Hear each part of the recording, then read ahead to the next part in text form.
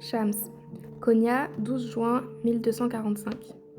Brouiller l'esprit des croyants si à chaque ramadan ils jeûnent au nom de Dieu et qu'à chaque Aïd ils sacrifient un mouton ou une chèvre pour racheter leurs péchés, si toute leur vie ils s'efforcent d'accomplir le pèlerinage à la Mecque et que 5 fois par jour ils s'agenouillent sur un tapis de prière, mais que dans le même temps, il n'y ait pas place dans leur cœur pour l'amour. Pourquoi prendre tant de peine? La foi n'est qu'un mot si l'amour ne réside pas en son centre. Elle est flasque, sans vie, vague, vide, rien qu'on puisse véritablement sentir. Croit-il que Dieu réside à la Mecque ou à Médine ou dans quelques mosquées? Comment peuvent-ils imaginer que Dieu puisse être confiné dans un espace limité quand il dit justement « Ni mes cieux ni ma terre ne m'englobent, mais le cœur de mon serviteur croyant m'englobe ». Pitié pour le fou qui croit que les frontières de son esprit mortel sont celles de Dieu Tout-Puissant. Pitié pour le fou qui pense pouvoir négocier et régler ses dettes avec Dieu. Pense-t-il que Dieu est un épicier qui tente de sous-peser nos vertus et nos méfaits sur 2 balances? Est-il un clerc méticuleux qui note nos péchés dans son livre de comptes afin que nous le remboursions un jour? Est-ce là leur idée de l'unicité? Ni épicier, ni clerc, mon Dieu est un Dieu magnifique, un Dieu vivant. Pourquoi voudrais-je un Dieu mort? Vivant il est. Son nom est Al-Hay, l'Éternel. Pourquoi errer dans la peur et l'angoisse, toujours laisser les prohibitions et les limitations nous restreindre? Il est l'infiniment compassionné, son nom est Al-Wadoud. Il est tout entier digne de louange. Son nom est El-Hamid, beau au-delà de tous les rêves et de tous les espoirs. Al-Jamal, Al-Qayyum, Al-Rahman, Al-Rahim. Dans le vent et les inondations, sec et assoiffé, je chanterai, je danserai pour lui, jusqu'à ce que ploient mes genoux, que s'effondre mon corps et que mon cœur cesse de battre. Je briserai mon ego en 1000 morceaux, jusqu'à ce que je ne sois plus qu'une particule de néant. Le passeur du vide pur, la poussière de la poussière, de sa grande architecture. Avec reconnaissance, joie et persévérance. Je loue sa splendeur et sa générosité. Je le remercie à chaque fois pour tout ce qu'il m'a accordé et pour tout ce qu'il m'a refusé, car lui seul sait ce qui est bon pour moi. Au souvenir d'une autre des règles de ma liste, j'ai éprouvé une bouffée fraîche de bonheur et d'espoir. L'être humain occupe une place unique dans la création de Dieu. J'ai insufflé mon esprit en lui, dit Dieu. Chacun d'entre nous, sans exception, est conçu pour être l'envoyé de Dieu sur terre. Demandez-vous combien de fois vous vous comportez comme un envoyé, si cela vous arrive jamais. Souvenez-vous qu'il incombe à chacun de nous de découvrir l'Esprit divin en nous et de vivre par lui. Au lieu de se perdre dans l'amour de Dieu et de livrer bataille contre leur ego, les zélotes religieux combattent d'autres gens, ce qui produit une succession de vagues de peur. Si on regarde l'univers tout entier à travers le filtre de la peur, on ne s'étonnera pas de voir une pléthore de choses effrayantes. Chaque fois qu'il y a un tremblement de terre, une inondation ou quelque autre calamité, ils prennent cela pour un signe de la colère divine. Comme si Dieu n'avait pas dit « Ma compassion surpasse ma colère ». À toujours en vouloir à quelqu'un d'autre pour ceci ou cela, on dirait qu'ils attendent de Dieu Tout-Puissant qu'il intervienne et exerce leur pitoyable vengeance. Leur vie n'est qu'amertume et hostilité. Un mécontentement si permanent et si vaste qu'il les suit ou qu'ils haït, comme un nuage noir assombrissant tant leur passé que leur avenir. Le problème avec la foi, c'est que souvent, absorbé par les arbres, on est incapable de voir la forêt. La totalité de la religion est bien plus grande et plus profonde que la somme des parties qui la composent. Chaque règle doit être interprétée à la lumière de l'ensemble, et l'ensemble est dissimulé dans son essence. Pourtant, au lieu de chercher l'essence du Coran et de l'embrasser comme un tout, les intégristes en distinguent 1 ou 2 versets et font une priorité des commandements divins qu'ils trouvent en harmonie avec leur esprit effrayé. Ils ne cessent de rappeler à tous que, le jour du jugement, tous les êtres humains seront contraints de passer le pont Sirat, plus fin qu'un cheveu, plus tranchant qu'un rasoir. Incapable de traverser ce pont, le pécheur dégringolera dans les profondeurs de l'enfer, où il souffrira à jamais. Ceux qui ont mené une vie vertueuse arriveront à l'autre extrémité du pont, où ils seront récompensés par des fruits exotiques, de l'eau douce et des vierges. Voilà en résumé leur notion de la vie éternelle, leur obsession des horreurs et des récompenses, des flammes et des fruits, des démons et des anges, est telle que, dans leur désir de connaître un avenir qui justifiera qui ils sont aujourd'hui, ils oublient Dieu. Ne connaissent-ils pas une des 40 règles? L'enfer est dans l'ici et le maintenant, de même que le ciel. Cesse de t'inquiéter de l'enfer ou de rêver du ciel, car ils sont tous deux présents dans cet instant précis. Chaque fois que nous tombons amoureux, nous montons au ciel. Chaque fois que nous haïssons, nous envions, que nous envions ou que nous battons quelqu'un, nous tombons tout droit dans le feu de l'enfer. C'est ce qu'explique la règle 25. Y a-t-il pire enfer que les tourments dont souffre un homme quand il sait tout au fond de sa conscience qu'il a fait quelque chose de mal, de terriblement mal? Posez-lui la question. Il vous dira ce qu'est l'enfer. Y a-t-il meilleur paradis que la félicité qui envahit un homme à ces rares moments où les portes de l'univers s'ouvrent et où on se sent en possession de tous les secrets de l'éternité, unis avec Dieu? Posez-lui la question. Il vous dira ce qu'est le ciel. Pourquoi tant s'inquiéter des suites d'un avenir imaginaire quand l'instant présent est le seul temps dont on peut véritablement faire pleinement l'expérience, tant en la présence qu'en l'absence de Dieu dans nos vies? Motivés non par la peur et de la punition en enfer, ni par le désir d'être récompensés au ciel, les soufis aiment Dieu simplement parce qu'ils l'aiment d'un amour pur, facile, sans corruption, sans négociation. L'amour est la raison, l'amour est le but. Et quand on aime Dieu à ce point, quand on aime chacune de ses créations à cause de lui et qu'on le remercie, les catégories extérieures se dispersent dans l'air. Dès cet instant, il ne peut plus y avoir de jeu. Tout ce à quoi vous vous résumez est un zéro si énorme qu'il couvre tout votre être. L'autre jour, Rumi et moi réfléchissions à tout cela quand soudain il a fermé les yeux et a récité ces vers. Ni chrétien, ni juif, ni musulman, hindou, bouddhiste, soufi ou zen, aucune religion, aucun système culturel. Je ne suis ni de l'Est ni de l'Ouest, ma place est sans lieu, une trace de l'intraçable. Rumi pense qu'il ne sera jamais poète. Mais il y a un poète en lui, un poète fabuleux. Aujourd'hui, ce poète se révèle. Oui, Rumi a raison. Il n'est ni de l'Est ni de l'Ouest, il appartient au royaume de l'amour, il appartient à l'aimer. Ella, Northampton, 12 juin 2008. Ella avait terminé la lecture de Doux Blasphème, et elle mettait la touche finale à sa note de lecture pour l'éditeur. Elle avait beau mourir d'envie de discuter des détails de son roman avec Aziz, son éthique professionnelle l'en empêchait. Ce ne serait pas bien. Pas avant qu'elle ait terminé son travail. Elle n'avait même pas dit à Aziz qu'après avoir lu son roman, elle avait acheté les poèmes de Rumi et en lisait au moins quelques-uns chaque soir avant de dormir. Elle avait nettement séparé son travail sur le roman de ses échanges avec l'auteur. Mais le 12 juin, il se produisit un événement qui brouilla à jamais les frontières entre les deux. Ella n'avait vu aucune photo d'Aziz. Il n'en avait pas mis sur son site. Elle ne savait pas du tout à quoi il ressemblait. Au début, ce mystère entourant sa correspondance avec un homme sans visage lui avait plu. Mais au fil du temps, sa curiosité eut raison d'elle. Et le besoin de mettre une image sur les messages qu'il lui envoyait la tarauda. Il ne lui avait pas demandé de photos, ce qu'elle trouvait curieux, vraiment curieux. Prise d'une impulsion soudaine, elle lui envoya une photo d'elle sur sa terrasse, avec son cher Spirit, vêtue d'une petite robe bleu ciel qui révélait discrètement ses formes. Elle souriait, mi-heureuse, mi-gênée, ses doigts tenant fermement le collier du chien, comme si l'animal pouvait lui transmettre de la force. Au-dessus d'eux, le ciel formait un patchwork de gris et de violet. Ce n'était pas la meilleure photo d'elle, mais il y avait là quelque chose de spirituel, presque d'un autre monde. Du moins l'espérait-elle.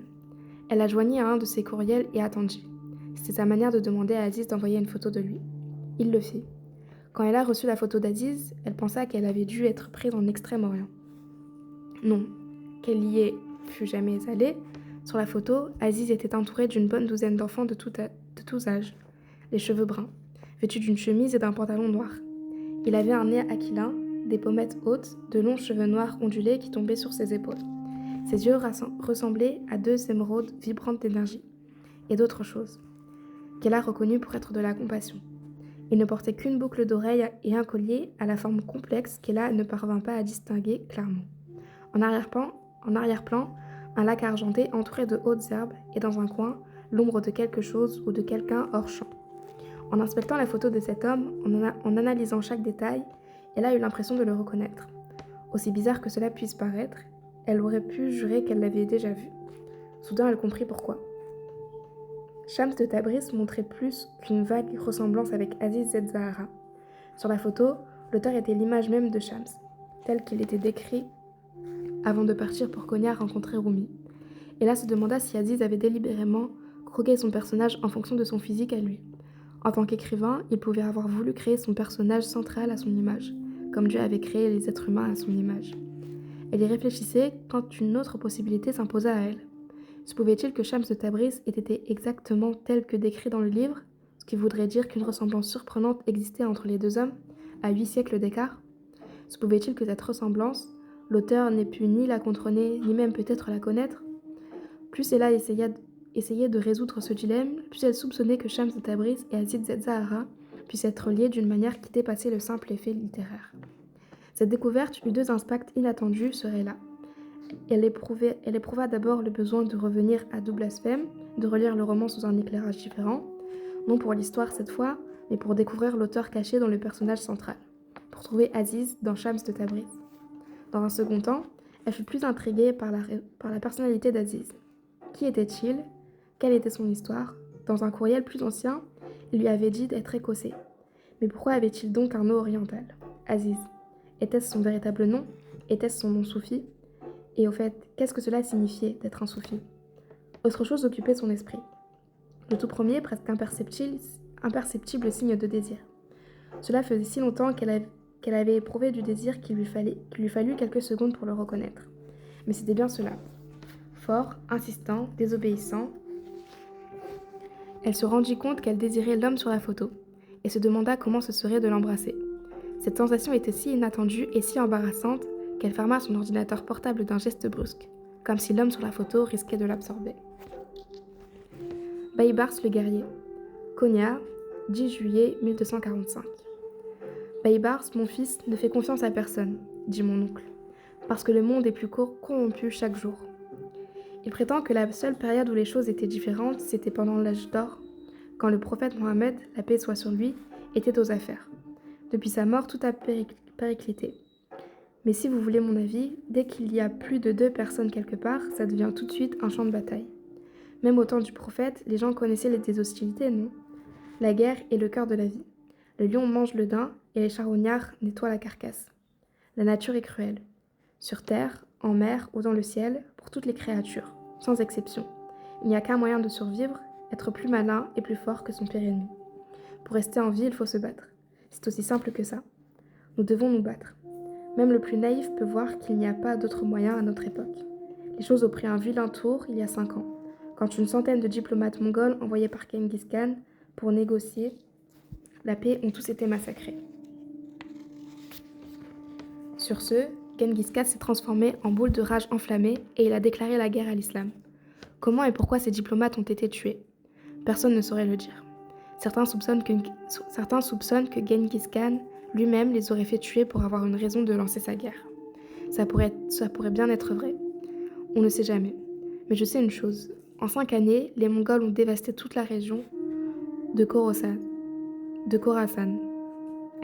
semant la destruction et la mort partout où les menait le galop de leurs chevaux. Il y a 2 ans, ils ont vaincu les forces seldjoukides à Gozedag, transformant le sultan en vassal devant payer tribut. La seule raison qui explique que les Mongols ne nous aient pas anéantis complètement, c'est qu'il est plus rentable pour eux de nous garder sous leur joug.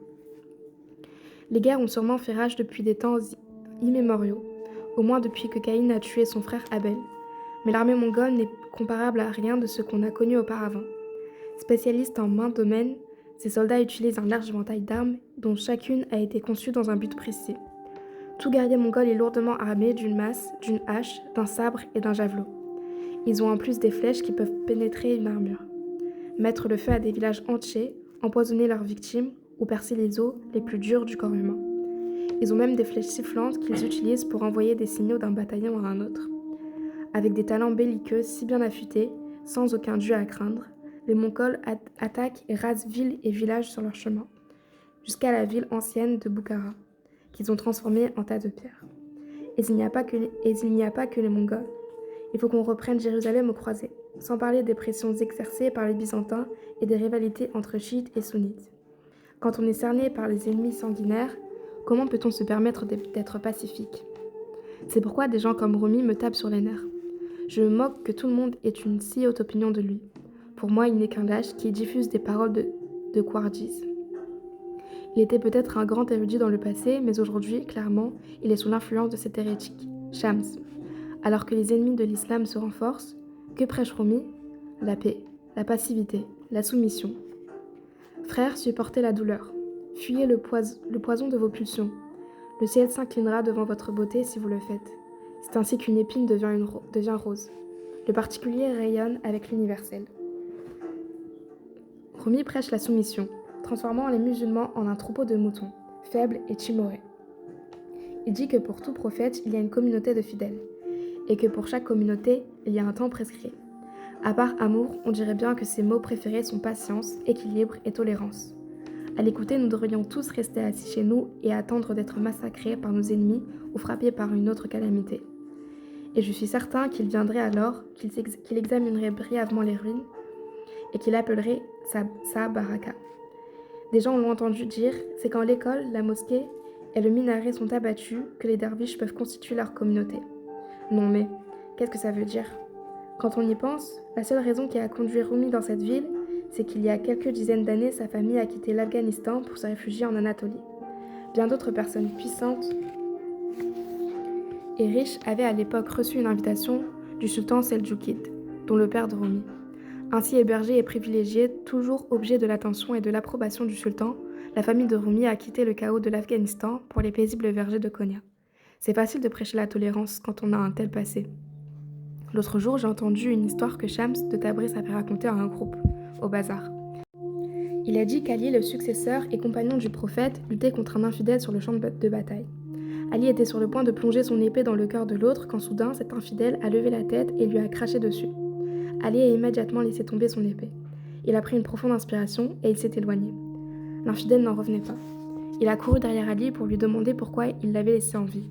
« Parce que je suis très en colère contre toi », a répondu Ali. « Alors pourquoi est-ce que tu ne me tues pas ? Je ne comprends pas. Quand tu m'as craché au visage, j'ai éprouvé une grande colère. Mon ego provoqué aspirait à la vengeance.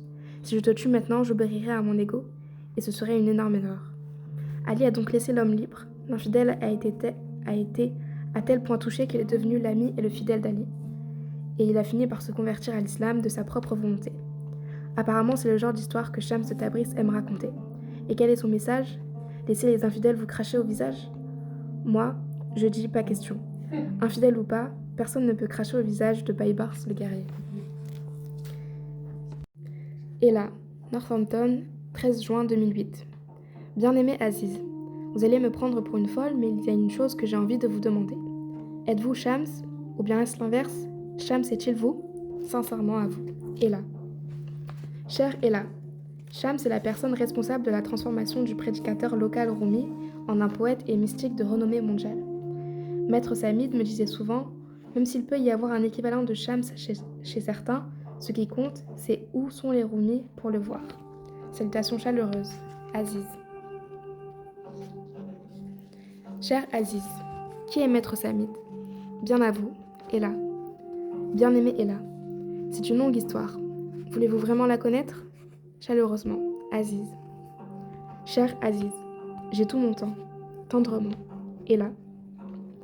Rumi, Konya, 2 août 1245. Bienheureuse et riche est votre vie, pleine et complète à ce que vous croyez, jusqu'à ce que quelqu'un arrive et vous fasse comprendre ce que vous avez raté tout ce temps. Tel un miroir qui reflète plus ce qui manque que ce qui est là. Il montre les vides de votre âme, les vides que vous avez refusé de voir. Cette personne peut être un amant, un ami ou un maître spirituel. Parfois, il peut être un enfant sur lequel veiller. Ce qui compte, c'est de trouver l'âme qui va compléter la vôtre. Tous les prophètes ont donné le même conseil. Trouvez celui qui sera votre miroir. Pour moi, ce miroir est Shams de Tabriz. Jusqu'à ce qu'il arrive et me force à regarder tout au fond des replis de mon âme. Je n'avais pas affronté la vérité fondamentale sur moi. Bien que couronné de succès et prospère extérieurement, intérieurement, j'étais seul et insatisfait. Comme si pendant des années vous compiliez un dictionnaire personnel. Dedans, vous donnez la définition de chaque concept qui compte pour vous, tel vérité, bonheur ou beauté. À chaque tournant important de votre vie, vous vous référez à ce dictionnaire sans jamais vraiment éprouver le besoin de remettre ses fondements en question. Un jour, un étranger arrive, vous arrache votre précieux dictionnaire et le jette. Toutes tes définitions doivent être repensées, dit-il. Il est temps pour toi de désapprendre tout ce que tu sais. Et vous, pour une raison inconnue de votre esprit mais évidente à votre cœur, au lieu de soulever des objections ou de vous mettre en colère contre lui, vous obéissez avec joie. C'est ce que Shams a fait pour moi. Notre amitié m'a tant appris. Plus encore, Shams m'a appris à désapprendre tout ce que je savais. Quand vous aimez quelqu'un à ce point, vous vous attendez à ce que tout le monde autour de vous éprouve la même chose. partage votre joie, votre euphorie. Et quand cela ne se produit pas, vous êtes surpris, puis vous vous sentez blessé et trahi. Comment pouvais-je faire voir ce que je voyais à ma famille et à mes amis? Comment pouvais-je décrire l'indescriptible? Shams est ma mère de miséricorde, mon soleil de grâce. Il est le roi des rois de l'esprit. Il est mon haut cyprès et ma source de vie. Sa compagnie est comme la quatrième lecture du Coran, un voyage dont on ne peut faire l'expérience qu'intérieurement, sans jamais l'appréhender de l'extérieur. Malheureusement, la plupart des gens fondent leurs évaluations sur des images ou des widgets. Pour eux, Shams est un derviche excentrique. Ils trouvent qu'il se comporte bizarrement et énonce des blasphèmes, qu'il est tout à fait imprévisible et sujet à caution. Pour moi, par contre, il est le summum de l'amour qui fait bouger tout l'univers, qui se retire parfois à l'arrière-plan et maintient l'unité du tout, qui explose d'autres fois en éclats. Une telle rencontre ne se produit qu'une fois dans une vie, une fois en 38 ans. Depuis que Shams est entré dans nos vies, les gens me demandent ce que je lui trouve de si particulier. Mais je n'ai aucun moyen de leur répondre. À la fin du jour, ceux qui ont posé cette question sont ceux qui ne comprendront pas. Quant à ceux qui comprennent, ils ne posent pas ce genre de questions. Le dilemme qui se présente à moi me rappelle l'histoire de Leïla et d'Haroun al-Rachid, le célèbre empereur abbasside. Après avoir appris l'amour immense de Majnoun pour Leïla, l'empereur était devenu très curieux au sujet de la jeune fille. Cette Leïla doit être une créature très spéciale, se disait-il, une femme bien supérieure à toutes les autres. Excité, intrigué, il usa de tous les stratagèmes pour voir Leïla de ses propres yeux. Finalement, un jour, il conduisit Leïla au palais de l'empereur. Quand elle retira son voile, Haroun al-Rachid fut déçu. Non pas que Leïla fût laide, infirme ou vieille, mais elle n'était pas non plus d'une beauté extraordinaire. C'était un être humain avec ses défauts, une femme ordinaire comme tant d'autres. L'empereur ne dissimula pas sa déception. « Êtes-vous celle dont Majnoun est complètement fou? Pourtant vous paraissez tellement ordinaire, qu'avez-vous de si spécial ?» « Oui, dit la jeune femme avec un sourire. Je suis Leïla. Mais vous n'êtes pas Majnoun. Vous devez me voir avec ses yeux si vous voulez résoudre ce mystère qu'on appelle l'amour. » Comment puis-je expliquer le même mystère à ma famille, à mes amis ou à mes élèves? Comment puis-je leur faire comprendre que pour saisir ce qu'il y a de si spécial chez Shams de Tabriz, ils doivent commencer par le regarder avec les yeux de Majnoun? Y a-t-il un moyen de comprendre ce que signifie l'amour sans d'abord devenir celui qui aime? L'amour ne peut s'expliquer. Il ne peut se dire. Kimia. Konya, 17 août 1245. Brûlant d'impatience, je retiens mon souffle dans l'attente de son appel. Mais Rumi n'a plus le temps d'étudier avec moi. Nos leçons me manquent. Je me sens négligée, mais je ne suis pas en colère. C'est sans doute parce que j'aime trop Rumi pour me fâcher contre lui. Ou bien c'est parce que je peux, mieux que personne, comprendre ce qu'il ressent, car tout au fond de moi, je suis emportée par le torrent déconcertant qu'est Shams de Tabriz. Les yeux de Rumi suivent Shams comme un tournesol suit le soleil. Leur amour l'un pour l'autre est si visible et si intense, ce qu'ils partagent est si unique, qu'on ne peut s'empêcher d'être déprimé en leur présence, frappé par la révélation qu'un lien d'une telle force manque dans votre vie. Tout le monde ne peut le tolérer dans cette maison, à commencer par Aladdin. Je l'ai surpris bien des fois à poser sur Shams un regard assassin. Kira est mal à l'aise, elle aussi, mais elle ne dit rien, ne pose jamais de questions. Nous sommes assis de concert sur un baril de poudre. Étrangement, Shams de Tabriz, l'homme responsable de toute cette tension, n'a pas conscience de la situation, à moins qu'il ne s'en moque. J'éprouve de l'amertume à voir Shams nous enlever Rumi, mais je meurs aussi d'envie de mieux le connaître. Je lutte contre ces sentiments contradictoires depuis un certain temps, mais aujourd'hui, je crains de m'être trahi. En fin d'après-midi, j'ai pris le Coran accroché au mur, décidé à étudier seul. Dans le passé, Rumi et moi suivions toujours l'ordre dans lequel des versets nous ont été transmis. Mais puisqu'il n'y a plus personne pour me guider, puisque nos vies sont bouleversées, je ne vois pas en quoi ce serait mal de lire sans ordre précis. J'ai donc ouvert à une page au hasard, et j'ai posé le doigt sur le verset qui commençait là. Il se trouve que c'était un verset de la sourate An-Nisa, celle justement qui me trouble le plus dans tout le livre, avec ses affirmations radicales sur les femmes. J'ai du mal à la comprendre et encore plus à l'accepter. J'ai relu cette sourate une fois de plus et j'ai eu besoin de demander de l'aide. Ce n'était pas parce que Rumi sautait nos leçons que je ne pouvais pas lui poser des questions. J'ai donc pris mon Coran et je me suis rendue dans sa chambre.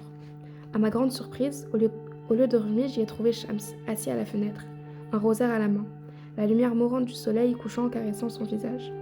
Il me parut si beau que je dus détourner les yeux. « Je suis désolée, dis-je précipitamment. Je cherchais Maulana. Je reviendrai plus tard. »« Pourquoi tant de précipitation ?» demanda Shams. « Il semble que tu es venu demander quelque chose. Peut-être pourrais-je t'aider ?» Je ne vis aucune raison de ne pas partager mes interrogations avec lui. « Eh bien, il y a cette sourate du Coran que j'ai un peu de mal à comprendre, tentai-je. Shams murmura, comme pour lui-même. Le Coran est une jeune épousée timide. Elle n'écarte son voile que si elle voit que la personne en face d'elle est douce et possède un cœur plein de compassion. De quelle sourate s'agit-il demanda-t-il en se redressant. Anissa. On y dit que les hommes sont supérieurs aux femmes. On dit même que les hommes peuvent battre leurs épouses. Vraiment demanda Shams avec un intérêt exagéré. Je ne savais pas s'il était sérieux ou s'il se moquait de moi. Après un court silence, il sourit et de mémoire, il récita un verset. Les hommes ont autorité sur les femmes, en raison des faveurs que Dieu accorde à ceux-là sur celles-ci, et aussi à cause des dépenses qu'ils font de leurs biens. Les femmes vertueuses sont obéissantes et protègent ce qui doit être protégé, pendant l'absence de leurs époux, avec la protection de Dieu. Quant à celles dont vous craignez la désobéissance, exhortez-les, éloignez-vous d'elles dans leur lit et frappez-les. Si elles arrivent à vous obéir, alors ne cherchez plus de raison contre elles, car Allah est certes haut et grand. Quand il eut terminé, Shams ferma les yeux et récita le même verset, dans une traduction différente cette fois. Les hommes sont le soutien des femmes, car Dieu a donné à certains plus de moyens qu'à d'autres, et parce qu'ils dépensent leur richesse pour subvenir à leurs besoins. Les femmes qui sont vertueuses sont donc obéissantes à Dieu et préservent ce qui est caché, comme Dieu l'a préservé.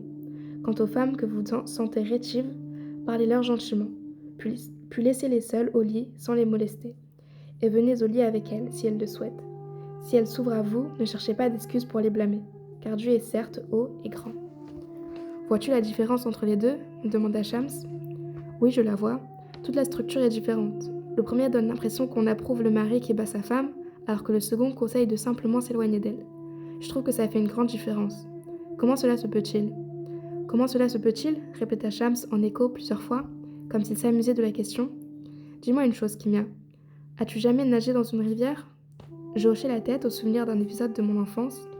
Dans les monts Taurus, des cours d'eau frais qui étanchent la soif s'imposèrent à mon esprit. De la petite fille qui avait passé tant d'après-midi heureux dans ses flots, avec sa sœur et ses amis, il ne restait pas grand-chose. Je détournai le regard pour éviter que Shams se voie les larmes dans mes yeux. Quand tu regardes une rivière de loin, Kimia, tu peux penser que ce n'est qu'un cours d'eau, mais si tu plonges dedans, tu te rends compte qu'il y a plus qu'une rivière. La rivière dissimule divers courants qui tous s'écoulent harmonieusement ensemble et sont pourtant tout à fait distincts l'un de l'autre. En parlant, Shams de Tabriz s'approcha de moi et prit mon manteau entre des doigts, me forçant à regarder droit dans ses yeux profonds, sombres, expressifs. Mon cœur s'affola. Je n'arrivais même plus à respirer. Le Coran est une rivière tumultueuse, dit-il. Ceux qui le regardent de loin ne voient qu'une rivière. Mais pour ceux qui y nagent, il y a 4 courants. Comme les différents types de poissons, certains d'entre nous nagent plus près de la surface, tandis que d'autres nagent en eau profonde, tout au fond. Je crains de ne pas bien comprendre, dis-je, alors que justement, je commençais à comprendre. Ceux qui aiment nager près de la surface sont satisfaits de la signification extérieure du Coran. C'est le cas de beaucoup de gens. Ils prennent les versets au sens littéral. Pas étonnant qu'en lisant une sourate comme Anissa, ils tirent la conclusion que les hommes sont supérieurs aux femmes. C'est exactement ce qu'ils veulent voir. Qu'en est-il des autres courants ? Shams soupira doucement, et je ne pus éviter de remarquer sa bouche, aussi mystérieuse et attirante qu'un jardin secret. Il y a 3 autres courants. Le second est plus profond que le premier, mais encore très proche de la surface. Tandis que ta conscience s'étend, ta compréhension du Coran s'élargit aussi. Mais pour que cela arrive, tu dois plonger. En l'écoutant, je me sentis à la fois vide et accompli. Qu'arrive-t-il quand on plonge ? Demandai-je avec précaution. Le troisième courant est une lecture ésotérique, le batin. Si tu lis Anissa en ouvrant ton œil intérieur, tu verras que le verset ne parle pas des femmes et des hommes, mais de la féminité et de la masculinité. En chacun de nous, en toi comme en moi, il y a à la fois des côtés féminins et masculins, à divers degrés dans des tonalités différentes. Ce n'est que lorsque nous apprenons à associer les deux que nous pouvons atteindre une unité harmonieuse. Est-ce que vous voulez dire que j'ai de la masculinité en moi ? Oh, absolument, et j'ai de la femme en moi. Et Romy, demandai-je, en ne pouvant me réprimer un petit rire. Lui aussi ? Tout homme a un certain degré de féminité en lui, répondit Shams en souriant. Même ceux qui sont très masculins ? Surtout eux, ma chère. Shams avait accompagné sa réponse d'un clin d'œil et il avait murmuré, comme s'il me confiait un secret. Je réprimai un éclat de rire, avec l'impression d'être redevenue une petite fille. C'est l'impact de la proximité de Shams. Cet homme étrange avait une voix curieusement charmeuse, des mains souples mais musclées, et son regard, comme un ray de soleil, rendait tout ce sur quoi il tombait plus intense, plus vivant. Près de lui, je sentais ma jeunesse dans toute sa plénitude. Et pourtant, tout au fond de moi, un instinct maternel naissait, exsudant la senteur épaisse, laiteuse de la maternité. Je voulais le protéger. Comment et de quoi, je n'aurais su le dire. Cham se posa la main sur mon épaule, le visage si près du mien que je sentis la chaleur de son souffle. Il avait soudain une sorte de regard rêveur. Il me tint captif de sa main, caressant mes joues, ses doigts aussi chauds qu'une flamme sur ma peau. J'étais subjuguée. Ses doigts descendaient, atteignaient ma lèvre inférieure. Déconcertée, prise de vertige, je fermai les yeux. L'excitation de toute une vie montant dans mon ventre. Mais il n'avait pas sitôt touché mes lèvres que Cham se retira sa main. « Tu devrais partir maintenant, chère Kimia, » murmura Shams. Dans sa bouche, mon nom résonna comme un mot triste. Je sortis, étourdie, les joues en feu. Ce n'est qu'après être retournée dans ma chambre, allongée sur ma natte, les yeux perdus au plafond, me demandant ce que ce serait d'être embrassée par Shams. Je me souvins d'avoir oublié de l'interroger sur le 4e Coran du fleuve, la lecture la plus profonde du Coran. Qu'était-ce ? Comment pouvait-on atteindre de telles profondeurs ? Et qu'arrivait-il à ceux qui osaient se plonger ? Sultan Walad, Konya, 4 septembre 1245. Bienveillant frère aîné, je me suis toujours inquiétée pour Aladin, mais jamais autant qu'en ce moment. Impulsif depuis qu'il est bébé, ces derniers temps, il cherche la bagarre et se met encore plus facilement en colère, prêt à se chamailler pour n'importe quelle raison, si infime ou futile soit-elle. Il est si irascible ces derniers temps que même les enfants dans la rue prennent peur quand ils le voient arriver. À 17 ans à peine, il a des rides autour des yeux pour avoir trop froncé les sourcils et trop observé. Ce matin encore, j'ai remarqué une nouvelle ride près de sa bouche, à force de garder les lèvres pincées. J'écrivais sur un parchemin quand j'ai entendu un petit bruit derrière moi. C'était Aladin, les lèvres tordues de colère.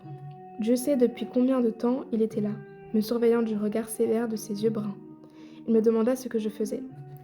Je recopie une ancienne conférence de notre père, dis-je. Il est toujours bon d'avoir des exemplaires supplémentaires de chacune. Et à quoi ça sert ? Explosa Aladin. Père a cessé de donner des conférences ou des sermons. Au cas où tu ne l'aurais pas remarqué, il n'enseigne plus non plus à la madrasa. Tu ne vois pas qu'il s'est affranchi de toutes ses responsabilités ? Ce n'est que temporaire, il reprendra bientôt l'enseignement. C'est ce que tu voudrais croire. Tu ne vois pas que notre père n'a plus de temps pour rien ni personne, en dehors de Shams ? Est-ce que ce n'est pas drôle ? Cet homme est censé être un derviche errant, et voilà qu'il a pris racine chez nous. Aladin eut un méchant rire et attendit que je l'approuve, mais je ne dis rien. Il se mit à faire les 100 pas. Même sans le regarder, je sentais ses yeux furieux. Les gens jasent, continua-t-il d'une voix morose. Ils se posent tous la même question. Comment un érudit respecté peut-il se laisser manipuler par un hérétique ? La réputation de notre père est comme de la glace qui fond au soleil. S'il ne se ressaisit pas bientôt, il pourrait bien ne plus jamais retrouver d'élèves dans cette ville. Plus personne ne voudra de lui comme maître, et je ne leur en tiendrai pas rigueur. J'écartai le parchemin et regardai mon frère. Il n'était qu'un enfant, en fait, malgré ses gestes et son expression qui montraient qu'il se sentait au seuil de l'âge adulte. Il avait beaucoup changé depuis l'an dernier, et je commençais à soupçonner qu'il pourrait être amoureux. Qui pouvait bien être la jeune fille ? Je n'en savais rien, et ses amis ne voulaient pas me le dire. Mon frère, je sais que tu n'aimes pas Shams, mais il est notre hôte, et nous lui devons le respect. N'écoute pas ce que disent les gens. On ne doit vraiment pas faire une montagne d'une simple colline. Ces mots à peine sortis de ma bouche, je regrettais mon ton sentencieux. Trop tard, comme du bois sec, Aladin prit feu. Une colline ? persifla-t-il. C'est comme ça que tu appelles cette calamité qui nous est tombée dessus ? Comment peux-tu être aveugle à ce point ? Je pris un autre parchemin et je caressai la surface délicate de la peau de mouton. J'éprouvais toujours un immense plaisir à reproduire les paroles de mon père et à penser que, ce faisant, je les aidais à durer davantage. Même dans 100 ans, les gens pourraient lire ces enseignements qui les inspireraient. Jouer un rôle dans cette transmission, aussi minime fût-il, m'emplissait de fierté. Sans cesser de se plaindre, Aladin resta près de moi et regarda mon travail, les yeux rancuniers et amers. Pendant un court instant, je lus une certaine nostalgie dans ses yeux, et je reconnus le visage d'un enfant qui a besoin de l'amour de son père. Le cœur serré, je compris que ce n'était pas vraiment contre Shams qu'il était en colère, c'était contre son père. Aladin était en colère parce que notre père ne l'aimait pas suffisamment et parce qu'il était qui il était. Notre père avait beau être distingué et célèbre, il avait été tout à fait impuissant face à la mort qui avait enlevé notre mère à un âge si tendre. On dit que Shams a jeté un sort sur notre père, dit Aladin. On dit qu'il a été envoyé par les assassins. Les assassins ? C'est ridicule. Les assassins étaient une secte célèbre pour ses méthodes méticuleuses d'exécution et son utilisation des poisons. Ils visaient des gens d'influence et les assassinaient en public afin d'instiller peur, voire panique, dans le cœur des gens. Ils étaient allés jusqu'à laisser un gâteau empoisonné dans la tente de Saladin, accompagné d'un mot: Tu es entre nos mains. Et Saladin, le grand commandeur de l'islam, qui avait courageusement combattu les croisés chrétiens et repris Jérusalem, n'avait pas osé lutter contre les assassins, préférant faire la paix avec eux. Comment les gens pouvaient-ils penser que Shams fut lié à cette secte incarnant la terreur? Je posai la main sur l'épaule d'Aladin et le forçai à me regarder. Ignores-tu que cette secte n'est plus ce qu'elle était? Ce n'est guère davantage qu'un nom désormais. Oui, répondit Aladin, après un bref instant de réflexion. Ils ont dit qu'il y avait 3 commandants très loyaux d'Hassan Saba. Ils ont quitté le château d'Alamout en jurant de semer la terreur et le chaos partout où ils iraient. Les gens soupçonnaient Shams d'être leur chef. Dieu me vienne en aide, m'exclamai-je en perdant patience. Pourrais-tu s'il te plaît me dire pourquoi un assassin voudrait tuer notre père? Parce qu'ils haïssent les gens d'influence et adorent créer le désordre, voilà pourquoi. Aladin était si agité par ces théories de conspiration que des taches rouges apparurent sur ses joues. Je savais que je devais gérer la situation avec plus de circonspection. Écoute, les gens disent toutes sortes de choses tout le temps. Tu ne peux pas prendre des rumeurs terribles au sérieux. Balaie de ton esprit ces pensées méprisables. Elles t'empoisonnent. Aladin émit un grognement hargneux, ce qui ne m'empêcha pas de continuer. Tu peux ne pas aimer Shams sur le plan personnel, c'est ton droit, mais pour le bien de notre père, tu dois lui montrer du respect. Aladin me regarda avec amertume et mépris. Je compris que mon jeune frère n'était pas seulement en colère contre notre père ou furieux contre Shams, il était aussi déçu par moi. Il considérait ma vision de Shams comme un signe de faiblesse. Peut-être pensait-il qu'afin de gagner les faveurs de mon père, je me montrais soumis et sans force de caractère. Ce n'était qu'un soupçon, mais il me blessait profondément. Pourtant, je ne pouvais être en colère contre lui, et même dans ce cas, ma colère n'aurait pas duré. C'était mon petit frère. Pour moi, il resterait toujours ce petit garçon poursuivant les chats errants, se salissant les pieds dans les flaques de pluie, grignotant toute la journée des tranches de pain tartinées de yaourt. Je ne pouvais m'empêcher de voir sur son visage l'enfant qu'il était, un peu rond et un peu petit pour son âge. L'enfant qui avait appris la nouvelle de la mort de sa mère sans verser une larme. Il s'était contenté de baisser les yeux vers ses pieds, comme s'il avait soudain honte de ses chaussures et de serrer les lèvres jusqu'à ce qu'elles soient vidées de toute couleur. Pas un mot, pas un sanglot n'était sorti de cette bouche. J'aurais aimé qu'il pleure. Te souviens-tu du jour où tu t'es battu contre un gosse du voisinage? Lui demandai-je. Tu es rentré en larmes le nez en sang. Que t'a dit notre mère alors? Les yeux d'Aladin se rétrécirent, puis s'arrondirent quand la mémoire lui revint. Mais il ne dit rien. Elle t'a dit que chaque fois que tu serais en colère contre quelqu'un, tu devrais remplacer le visage de cette personne dans ton esprit par celui de quelqu'un que tu aimes. As-tu tenté de remplacer le visage de Shams par celui de notre mère? Peut-être découvrirais-tu quelque chose à aimer en lui. Un sourire furtif, aussi rapide et timide qu'un nuage qui passe, caressa les lèvres d'Aladin, et je fus stupéfait de voir à quel point cela adoucissait son expression. Il est possible que j'y arrive, dit-il, toute colère ayant quitté sa voix. Je sentis mon cœur fondre et je serrai mon frère dans mes bras, sans bien savoir qu'ajouter. Alors qu'il me rendait mon étreinte, j'étais certain qu'il allait améliorer ses relations avec Shams et que l'harmonie serait restaurée dans notre maison. Étant donné ce qui allait advenir, je n'aurais pu me tromper davantage. Kira, Konya, 22 octobre 1245. Bravache l'autre jour, alors que derrière la porte, close, Shams et Romy parlaient avec ferveur de Dieu, c'est quoi? J'ai frappé et je suis entrée sans attendre de réponse, pour déposer un plateau de halva. Normalement, Shams ne dit rien en ma présence, comme si je le contraignais au silence. Et jamais il ne fait de commentaires sur mes talents de cuisinière. Il mange très peu de toute façon. Il m'arrive de penser qu'il ne voit pas la différence entre un fabuleux dîner et un bout de pain sec. Cette fois, dès qu'il a pris une bouchée de mon halva, ses yeux se sont éclairés.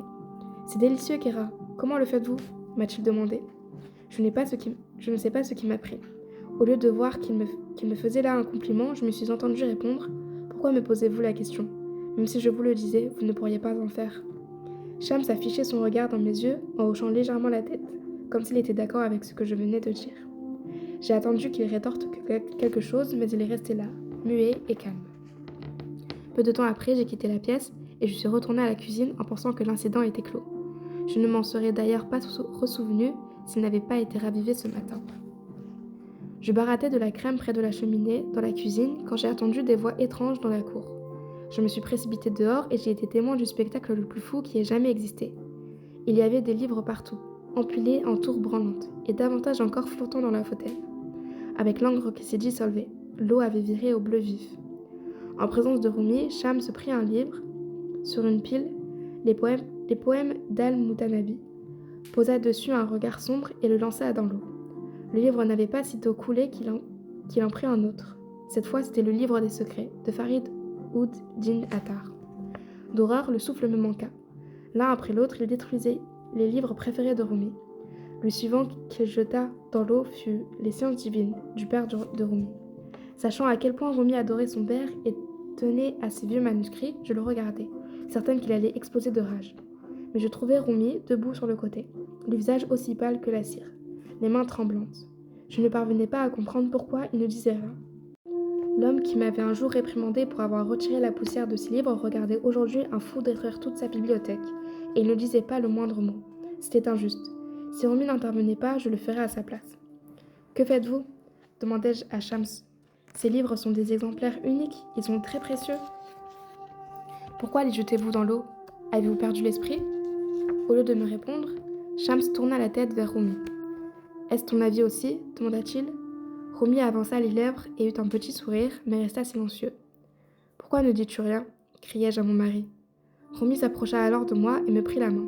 « Calme-toi, Kéra, s'il te plaît. J'ai foi en Shams. » Détendu, confiant, Shams me regarda par-dessus son épaule en retroussant ses manches. Il entreprit alors de sortir le livre de l'eau. À ma grande stupéfaction, tous les livres qu'il repâcha étaient aussi secs qu'un vieil os. « Est-ce que c'est de la magie ? Comment avez-vous fait ça » demandai-je. « Pourquoi me posez-vous la question » dit Shams.